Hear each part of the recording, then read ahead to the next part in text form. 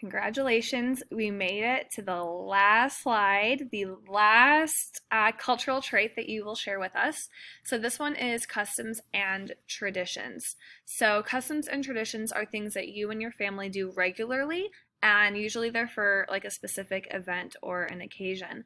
It could be something like eating dinner together once a week, or playing family game nights once in a while, maybe every time there is a birthday party or somebody graduates, you do like a family barbecue, um, anything. All right. So, like a tradition that I have with my husband, for example, before we eat, we always say cheers. We cheers, and then we go ahead and we eat our meal. That's our tradition.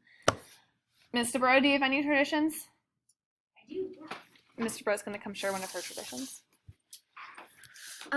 For me and my spouse, on Christmas, every Christmas morning, we wear onesies. Super cute. So what is a tradition that you have with your family? Maybe you do like a family vacation once every 5 years. Like this could literally be anything. And please include a picture.